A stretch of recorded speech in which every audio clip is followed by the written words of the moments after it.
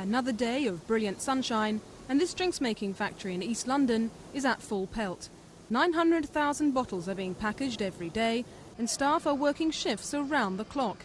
20 extra vehicles are being used to deliver the packs of fizzy drinks and real fruit juices.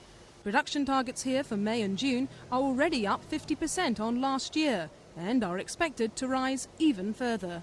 Is there any particular reason for this? Would you say it was the heatwave we've been experiencing? Well, we feel the warm weather makes a contribution towards this, that's for sure. Aren't you tempted to try some of the Corona that's going around there? Me personally, no, I'm quite used to seeing it go around without being tempted. Outside the factory, it was simply a matter of enjoying the sunshine and quenching their thirsts at the same time. What everyone wants to know now, though, is how long will the hot spell last?